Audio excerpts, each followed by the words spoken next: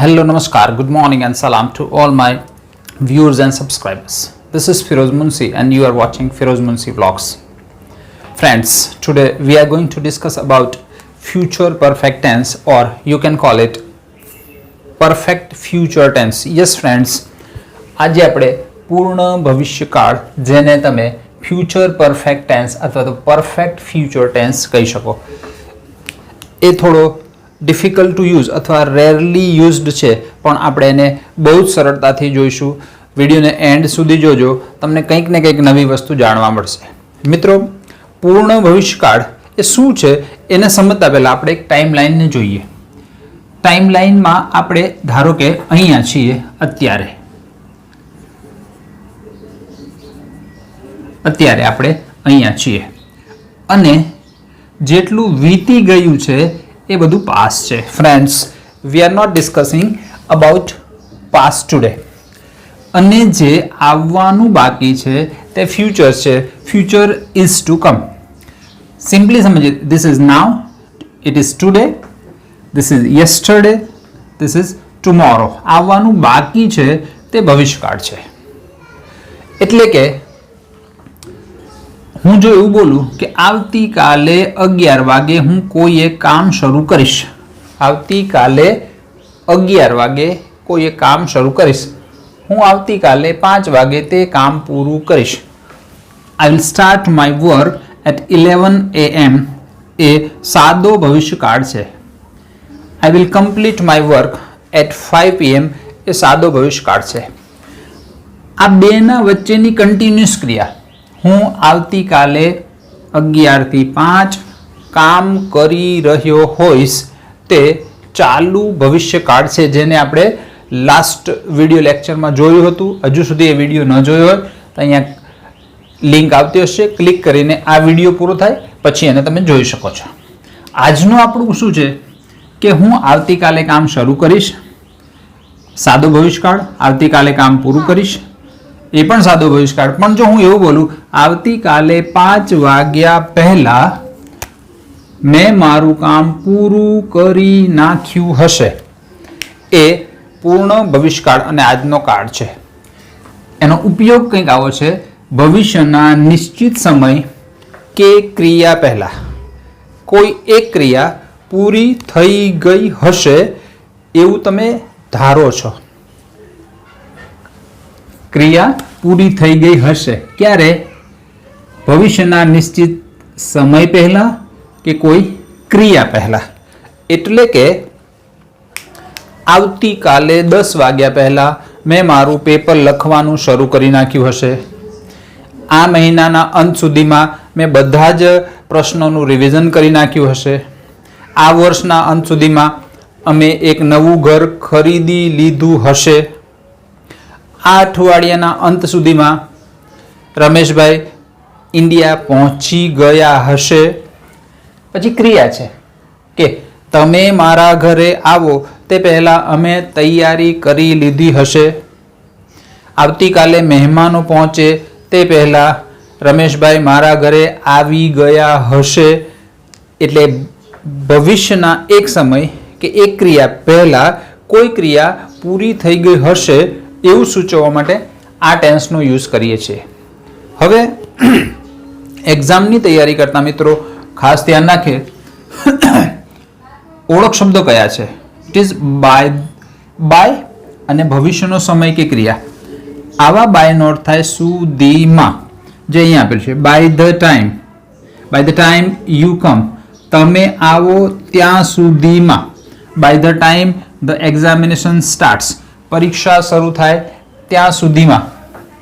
એટલે by the time અને ભવિષ્યનો સમય કે ક્રિયા. પછી by the end of this year, આ વર્ષના અંત સુધીમાં. By the end of this week, by the end of tomorrow, in the next 2 years વગેરે જેવા ઓળખ શબ્દો હોય. તો તમારે વાક્ય ક્રિએટ કરવું હોય, બોલવા કે લખવા માટે, તો આ સ્ટ્રક્ચરનો યુઝ કરવો. વાક્ય રચના એક્ટિવ હોય તો શેલ કે will plus have plus V3.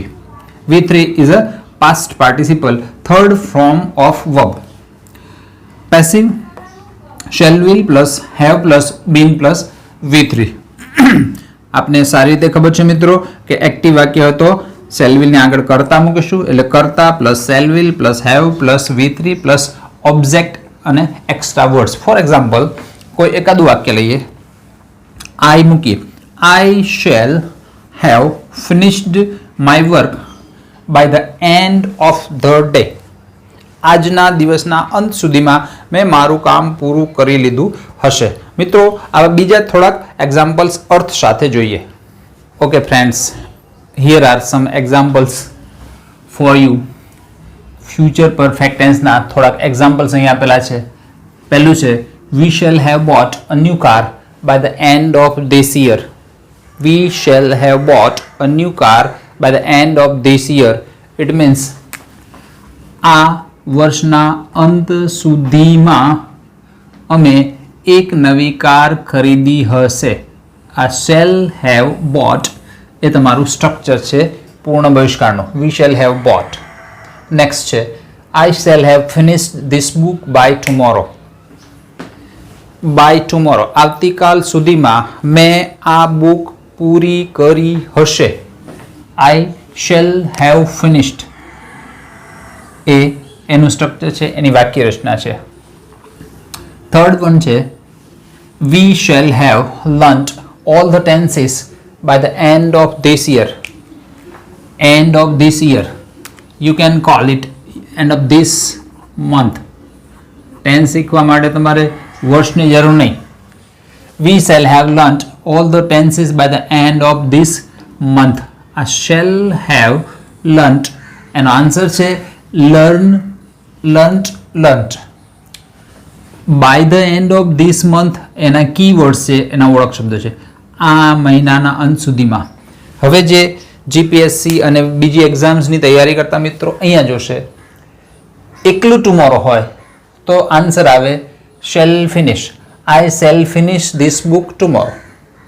આ બુક આવતીકાલે પૂરી કરીશ. ખાલી બાય એડ કરો તો હવે જવાબ થાય ટુમોરો સુધીમાં. ઇટ મીન્સ આવતીકાલ સુધીમાં પૂરી કરી હશે. આટલો ફરક પડે છે. ફક્ત ભવિષ્યનો ટાઈમ હોય તો સિમ્પલ ફ્યુચર ટેન્સ અને બાય પ્લસ ભવિષ્યનો સમય હોય તો perfect future tense. Number 4 she will have arrived before you come. આપણે ઉપયોગમાં એવું કીધું કોઈ એક ક્રિયા કે કોઈ એક સમય પહેલા બીજી ક્રિયા પૂરી થઈ ગઈ હશે. બિફોર યુ કમ તમે આવો તે પહેલા. શી વિલ હેવ અરાઇવ્ડ તે આવી પહોંચી હશે. મિત્રો અહીં એક વાત યાદ કરાવવાની છે કે તમે જ્યારે ગુજરાતી કરો છો ત્યારે બંને વાક્યનો ભવિષ્યકાળ જ થાય છે. આવતીકાલે તમે આવશો તે પહેલા તે આવી ગઈ હશે. આ ભવિષ્યકાળ છે ગુજરાતીમાં, આ ભવિષ્યકાળ છે ઇંગ્લિશમાં. બંને ભવિષ્યકાળ ક્યારેય લખાય નહીં. એટલે એક લખવાનું તમારે વર્તમાનકાળ અને એક લખવાનું ભવિષ્યકાળ. યાદ રાખીશું સિમ્પલ ફ્યુચર ટેન્સમાં ઇફ વાળા વાક્ય પણ આ પ્રકારના કંઈક હતા. Next before the teacher arrives એના જેવું બીજું એક્ઝામ્પલ. ટીચર આવી પહોંચે તે પહેલા the Sam's will have been solved. દાખલાઓ ઉકેલાઈ ગયા હશે અથવા સોલ્વ થઈ ગયા હશે. ટીચર આવી પહોંચે એ પણ ભવિષ્યકાળ છે એટલે એના પહેલા સોલ્વ થઈ ગયું હશે એવું તમે દર્શાવો છો. આ ભવિષ્યકાળ છે પણ આપણે લખતા નથી. નિયમ હવે તમને ખબર છે. એક વર્તમાનકાળ લખવાનું અને એક ભવિષ્યકાળ લખવાનું. Number 6 they will not have completed. Negative sentence હોય તો શું કરવાનું? Shall will plus not add કરવાનું. જ્યાં પણ તમારે નેગેટિવ કરવું હોય શેલ વિલ આવતું એના પછી નોટ એડ કરી દો. સી વિલ નોટ હેવ અરાઇવ્ડ એવું જ છે. they will not have completed the work before the manager comes. એક હજુ એક્ઝામ્પલ છે. મેનેજર આવશે તે પહેલા તેઓએ તેમનું કામ પૂરું કર્યું નહીં હોય એવી તમે સંભાવના કરો છો પહેલાથી. ક્વેશ્ચન પણ હોઈ શકે તો will she have finish her work by today evening. આજ સાંજ સુધીમાં શું તેણીએ તેનું કામ પૂરું કર્યું હશે? આન્સર છે will have finished.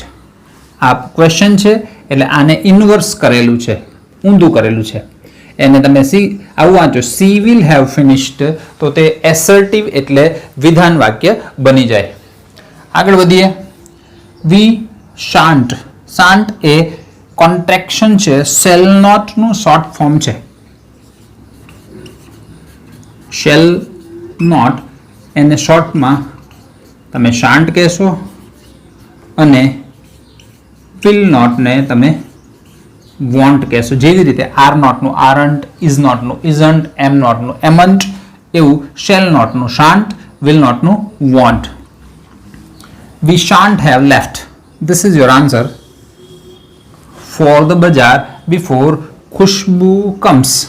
Khushbu comes. વર્તમાન કાળ, એક વર્તમાન કાળ, એક ભવિષ્યકાળ. ખુશ્બુ આવશે તે પહેલા અમે બજાર જવા માટે નીકળી ગયા નહીં હોઈએ, અથવા બજાર ગયા નહીં હોઈએ. Next, by what time will they have arrived here. Again એક બીજું પ્રશ્નાર્થ વાક્ય છે. બાય વોટ ટાઈમ, ક્યાં સુધીમાં, કયા સમય સુધીમાં, વિલ હેવ અરાઇવ્ડ, તેઓ આવી પહોંચ્યા હશે. તેઓ ક્યાં સુધીમાં અહીં આવી પહોંચ્યા હશે. છેલ્લું, બિફોર યુ અરાઇવ, તમે આવી પહોંચો તે પહેલા, we shall have eaten our dinner, અમે અમારું ડિનર લઈ લીધું હશે, અમે અમારું ભોજન કરી લીધું હશે. And the kids will have gone to bed, અને બાળકો સૂઈ ગયા હશે. તો કન્ક્લુઝન શું છે કે ભવિષ્યના કોઈ ટાઈમ પહેલા કે ભવિષ્યના કોઈ સમય પહેલા કોઈ એક ક્રિયા પૂરી થઈ ગઈ હશે એવી તમે ધારણા કરો છો, એને દર્શાવવા માટે shall will have plus V3 નો યુઝ કરીએ. Thank you for watching this video. See you in the next video. Till then, goodbye. Take care of yourself.